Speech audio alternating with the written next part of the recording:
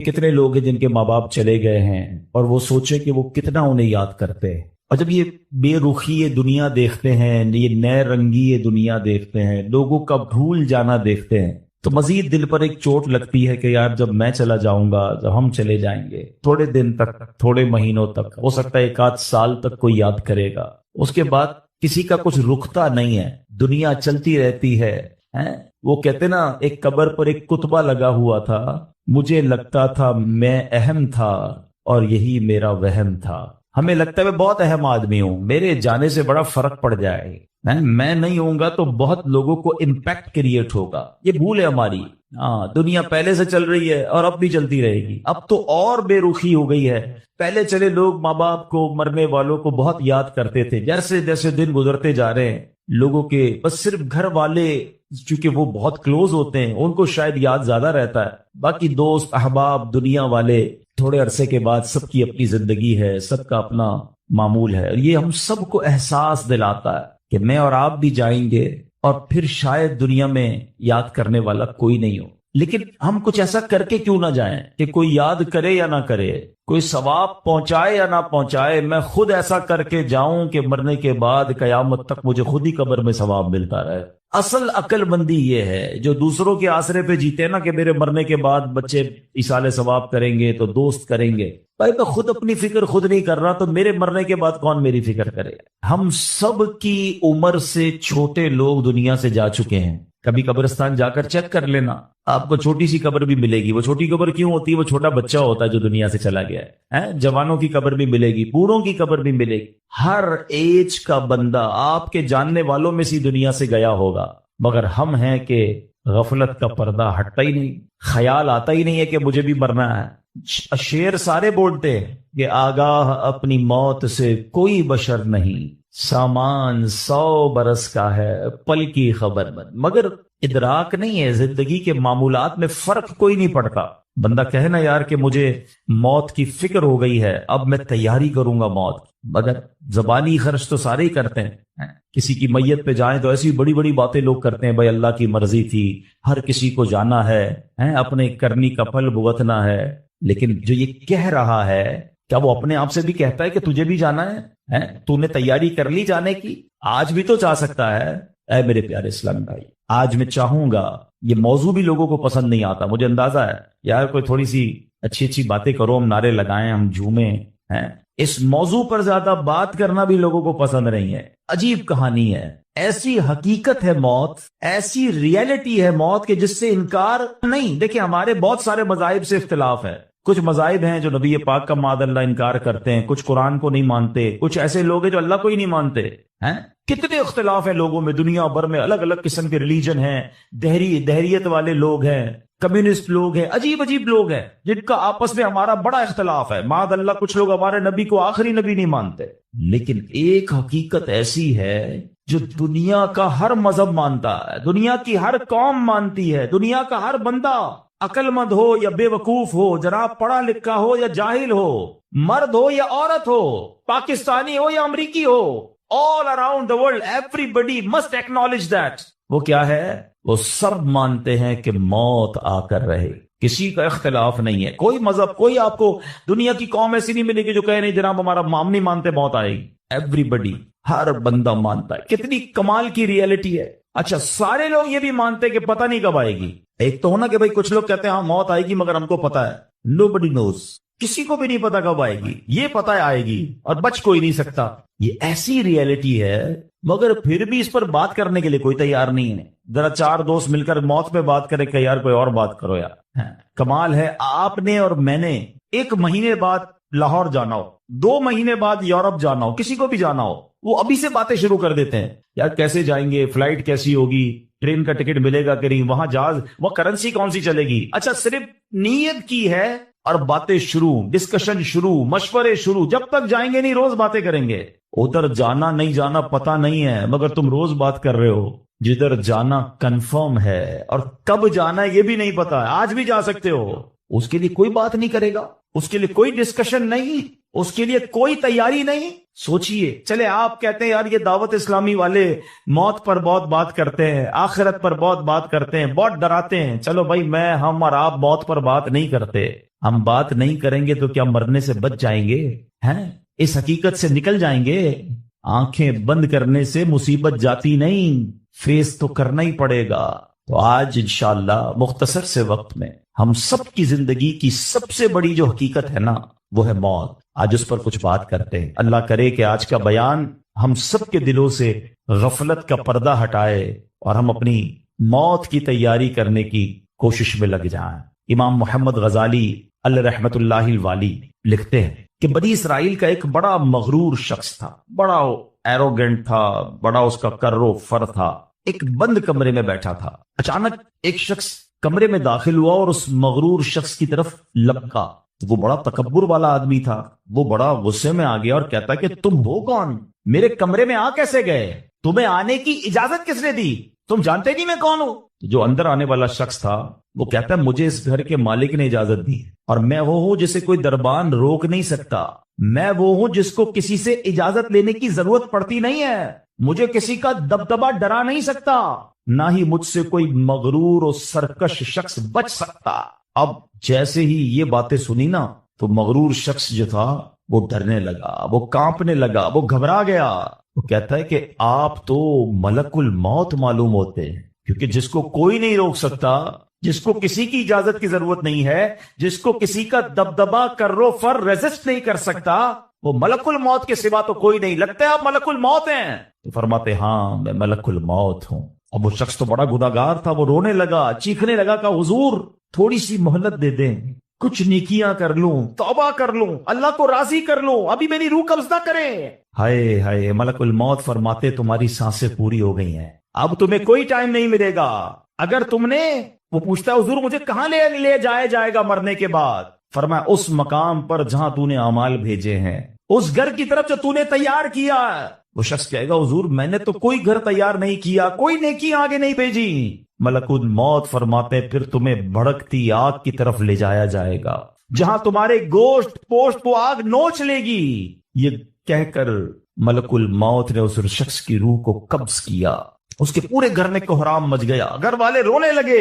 اے میرے پیارے اسلامی بھائی، یہ واقعہ ہم سب کو کیا سکھا رہا ہے کہ جب موت آنی ہے نا، جب وہ وقت آ جانا ہے تو پھر ایک منٹ بھی آگے پیچھے نہیں ہو سکے گا، کوئی اس کو ڈیلے نہیں کر سکے گا، بلکہ جس حالت میں ہوں گے نا اسی حالت میں روح قبض کر لی جائے گی۔ ہماری موت کا وقت لکھا ہے، مقام بھی لکھا ہے، یہ چینج نہیں ہو سکتا۔ اگر موت سمندر میں لکھی ہے تو $2.5 لاکھ دے کر بھی بندہ وہاں پہنچتا ہے جہاں موت لکھی ہے۔ اگر موت کشتی سے ڈوب کر ہونا لکھی ہے تو 22 لاکھ دے کر بھی سینکڑوں لوگ ہمارے وطن سے جاتے ہیں اور ان کی موت یورپ کے سمندر میں جا کر ہو جاتی ہے۔ اللہ پاک جو بھی ان میں مسلمان ہیں سب کی مغفرت فرما، مگر میں نے اور آپ نے اس سے عبرت کیا لی کہ بندہ وہاں پہنچے گا جہاں اس کی موت لکھی ہوئی ہے۔ ایک بار حضرت سلیمان علیہ نبینا علیہ الصلوۃ والسلام کی بارگاہ میں ایک شخص بیٹھا، آپ کی بارگاہ میں ملک الموت آیا اور اس شخص کو ذرا گھور کے دیکھنے لگے، واپس چلے گئے۔ وہ شخص کہتا حضور یہ کون تھے جو آئے تھے اور مجھے گھور کے دیکھ رہے تھے؟ فرمایا یہ ملک الموت تھے۔ کہتا حضور لگتا ہے میری روح قبض کرنے والے ہیں، آپ مہربانی کریں، آپ کی تو ہوا پر حکومت ہے، آپ ہوا کو حکم دیں کہ ہوا مجھے اڑائے اور مجھے ہندوستان لے جائے۔ حضرت سلیمان بیت المقدس کے علاقے میں رہتے تھے نا، آپ نے وہ حکم فرمایا، ہوا نے اس بندے کو اٹھایا اور ہندوستان پہنچا دیا۔ کچھ دنوں کے بعد پھر ملک الموت آیا حضرت سلیمان علیہ السلام کی بارگاہ، آپ نے فرمایا تم میرے ساتھی کو کیوں گھور رہے تھے جب آئے تھے؟ تو میں حیران تھا کہ میرے پاس یہ لکھا ہوا تھا اللہ کی طرف سے کہ تھوڑی دیر بعد مجھے اس کی روح ہند میں قبض کرنی ہے، اور وہ آپ کے پاس بیٹھا ہوا تھا۔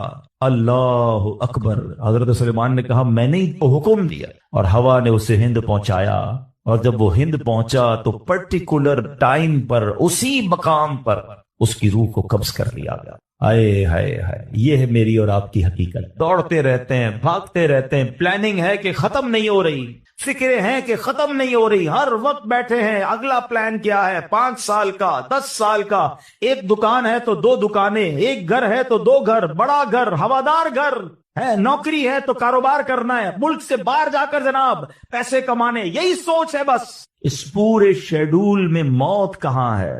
اس پوری تیاری میں موت کہاں ہے؟ ایک دن ہوگا کہ اچانک اچک لیے جائیں گے۔ سیٹھ جی کو فکر تھی ایک ایک کے 10 کیجئے، موت آپ پہنچی کہ حضرت جان واپس کیجئے۔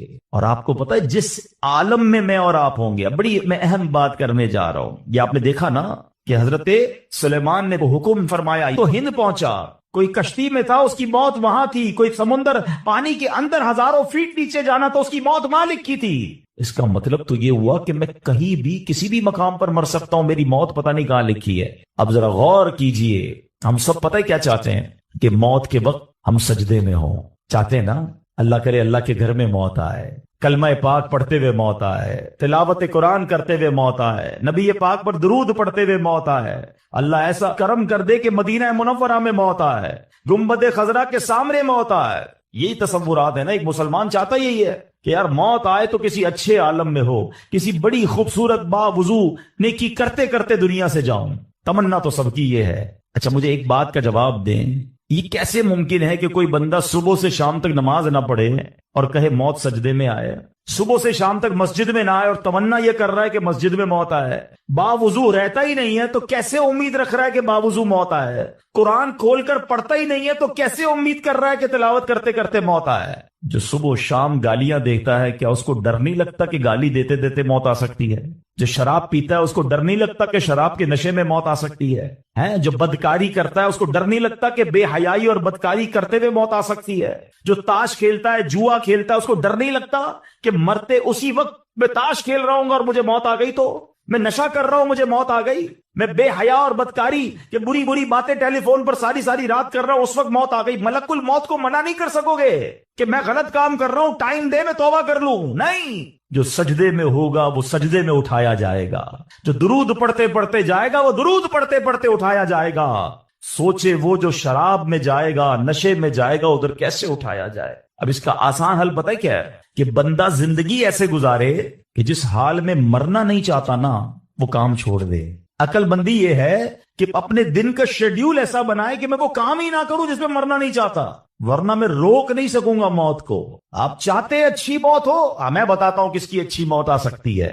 جو ماشاءاللہ 5 ٹائم پابندی سے نماز پڑھتا ہے، جو روزانہ تلاوت قرآن کرتا ہے، جو بار بار تسبیح نکال کر تسبیح بھی پڑھتا ہے، درود بھی پڑھتا ہے، جو دکان پر بھی جاتا ہے تو نماز کا ٹائم ہو تو نماز کے لیے کھڑا ہو جاتا ہے، جو حلال روزی کماتا ہے، جو گناہوں سے اپنے آپ کو بچاتا ہے، ارے اس کی تو 24 گھنٹے میں کبھی بھی موت آنی ہے۔ سبحان اللہ، وہ رات کو سوتا ہے تو باوضو سوتا ہے، اس نیت سے سوتا ہے کہ فجر میں اٹھنا ہے، رات کو بھی جائے گا تو انشاءاللہ شہید کا مرتبہ پائے گا، دن میں کسی وقت موت آئے گی تو کوئی اچھا ہی کام کر رہا ہوگا نا۔ اب آپ سوچ لیں کس عالم میں مرنا ہے۔ اچھا ایک اور دل پر چوٹ کرنے والا جملہ سن لو، کون کون چاہتا ہے مرتے وقت زبان پر کلمہ طیبہ جاری ہو؟ ہائے ہائے، فضیلت پتہ ہے کیسی ہے؟ حدیث پاک میں آتا ہے جس کی زبان پر، حدیث کا مضمون ہے، آخری کلمہ لا الہ الا اللہ ہوگا، دخل الجنہ، وہ جنت میں داخل ہو جائے گا۔ ہم ہر مسلمان چاہتا ہے، ٹھیک ہے؟ آپ سب نے ہاتھ اٹھایا کہ آپ سب چاہتے ہیں مرتے وقت کلمہ پاک زبان پر ہو۔ اب ہاتھ نہیں اٹھانا، آپ سے پوچھ رہا ہوں، اپنے آپ سے پوچھ رہا ہوں، آج پورے دن میں کتنی بار کلمہ پڑھا ہے؟ اس پورے ہفتے میں کتنی بار کلمہ پڑھا ہے؟ عجب کہانی ہے ہماری، یقین کرے عجب کہانی ہے۔ مرتے وقت سب کو کلمہ چاہیے، زندگی میں کلمہ پڑھنے کا ٹائم نہیں ہے۔ اللہ اکبر۔ سکرات کو جانتے ہو کیسا ہوگا؟ زبانیں سخت ہو جائیں گی، بندہ اتنی تکلیف پہ ہوگا کہ کوئی لفظ ہی نہیں نکلتا منہ سے۔ ہمارا تو بخار میں لفظ نہیں نکلتا، سکرات کی کیا بات کروں میں؟ جس وقت زبانیں بھاری ہوں گی کلمہ کیسے ادا ہوگا جب تم نے زبان کو عادی نہیں بنایا؟ ہاں، ایک بزرگ کا بڑا پیارا قول میں نے سنا تھا، وہ فرماتے ہیں اپنی زبان کو کلمے کا عادی بناؤ، جس وقت سکرات کا عالم ہوگا زبان بھاری ہوگی اس وقت بھی کلمہ جاری ہو جائے۔ مبارک ہونے جو روز کلمہ پاک کم از کم ایک تسبیح تو پڑھ لیا کرے یار۔ 100 بار کلمہ پڑھنے میں دیری کتنی لگتی ہے؟ کلمہ پاک اچھا، افضل الذکر، حدیث پاک میں کہا گیا سب سے بہترین ذکر جو ہے وہ لا الہ الا اللہ۔ کتنا کرتے ہیں؟ سوچے نا، ہم اپنے آپ کو کتنا دور رکھے ہوئے ہیں اپنی موت کی تیاری سے، اپنی آخرت کی تیاری سے، اپنی قبر کو روشن کرنے کی تیاری سے۔ نہ کریں میرے پیارے اسلامی بھائیوں ایسا۔ صرف دنیا نہیں ہے، ہم اس دنیا میں آئے ہیں نا، قرآن کہتا ہے، سورہ ملک پڑھتے رہتے ہو نا، قرآن میں رب کیا فرماتا ہے؟ الذی خلق الموت والحیات لیبلوکم ایکم احسن عملا۔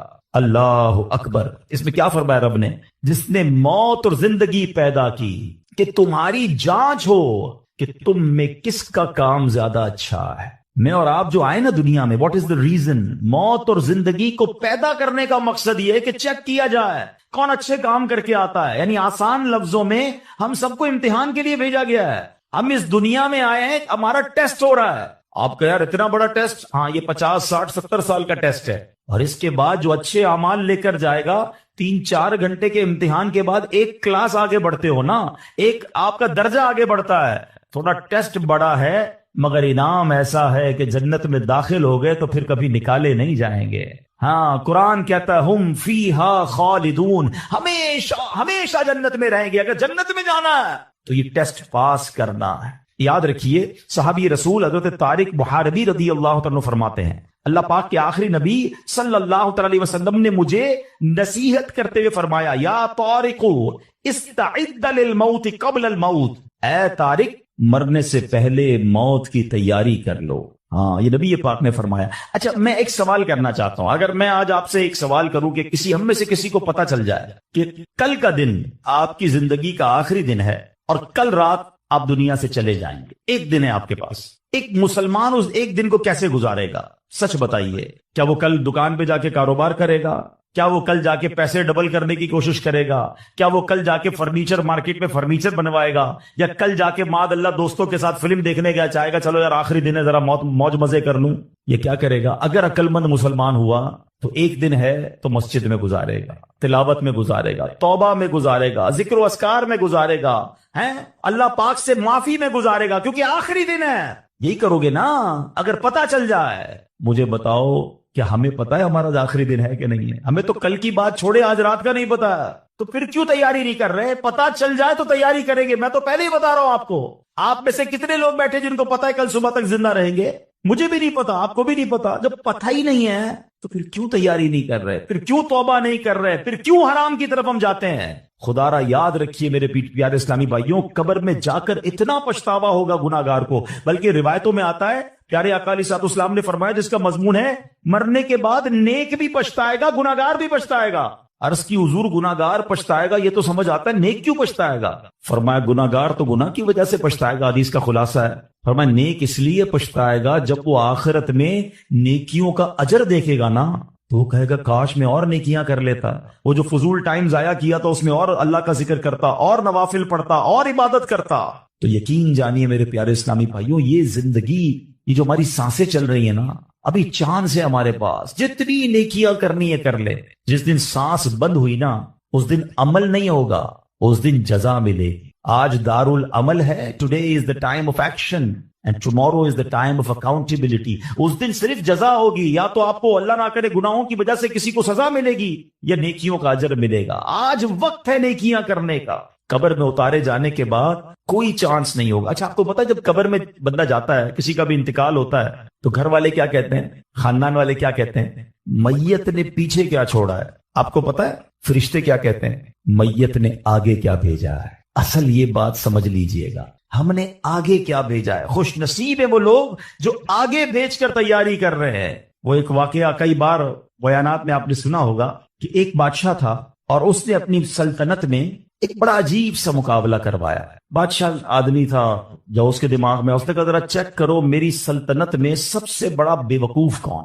سارے بے وقوفوں کو جمع کیا گیا, بے وقوفوں کا ٹیسٹ لیا گیا, وزیروں نے ایک بندے کو سلیکٹ کیا تھا, بادشاہ سلامت یہ بندہ سب سے بڑا بے وقوف, سب سے بڑا بے وقوف کا چیک کر لیا, کا چیک کر لیا. بادشاہ سلامت نے اپنی سونے کی ہیرے کی مالا اتاری اور اس کو پہنائی, کا تمہارا یہ انعام. تو بے وقوف گھر چلا گیا خوشی خوشی. تھوڑے دنوں بعد اس بے وقوف کو پتا چلا کہ بادشاہ سلامت بہت بیمار ہے. تو جو بے وقوف آدمی تھا وہ کہتا ہے اچھا بادشاہ بیمار ہے, چلو چلتے ہیں بادشاہ سے مل کے آتے ہیں. بادشاہ سلامت کے پاس گیا, واقعی بہت بیمار تھا. کہا بادشاہ سلامت خیر تو ہے, کیا ہو گیا آپ؟ بادشاہ کہتا ہے بس اب تو لگتا ہے زندگی اینڈ پر ہے, اب کہیں اور دوسری دنیا میں جانے کا وقت آ گیا. تھا تو بے وقوف نا. کہتے ہیں آپ کہیں اور جا رہے ہیں؟ کہا میں یہ دنیا چھوڑ کر دوسری دنیا میں جا رہا ہوں. تو کہا اب میں دیکھ رہا ہوں آپ کا بہت بڑا گھر ہے, زبردست بیڈ رومز ہیں, آپ جدھر جا رہے ادھر گھر بنا لیا؟ تو بادشاہ کہتا ہے ادھر تو میں نے کوئی جھوپڑی بھی نہیں بنائی ہے. اچھا بادشاہ سلامت آپ کے پاس تو کتنا سونا کتنے ہیرے, آپ نے مجھے بھی تحفہ دیا, ادھر پیسے بھجوا دیے جہاں آپ جا رہے ہیں. تو کہتا ہے میرے پاس تو وہ پھوٹی کوڑی بھی نہیں ہے. کہ بادشاہ سلامت میں دیکھ رہا ہوں آپ کے خاندان، آپ کے گھر کے باہر خادم، خادمائیں، کنیزے، غلام، بہت سارا اسٹاف ہے آپ کا، جدھر جا رہے ادھر خادم بھجوایا آپ نے؟ بادشاہ کہتا ہے ادھر میرا کوئی خادم نہیں بھجوایا میں نے۔ وہ بیوقوف پتہ کیا کرتا ہے؟ اپنی مالا اتارتا ہے اور بادشاہ کے گلے میں ڈالتا ہے، کہتا ہے بادشاہ سلامت پر مجھ سے بڑے بیوقوف تو آپ ہوئے نا، آپ کو پتا ہے کہ آپ کے کہیں اور جا رہے ہیں، نہ گھر بنایا، نہ پیسے بھجوائے، نہ خادم بھجوائے، تو مجھ سے بڑے بیوقوف تو آپ ہوئے نا۔ یہ ہے تو بظاہر واقعہ، مگر یہ ہم سب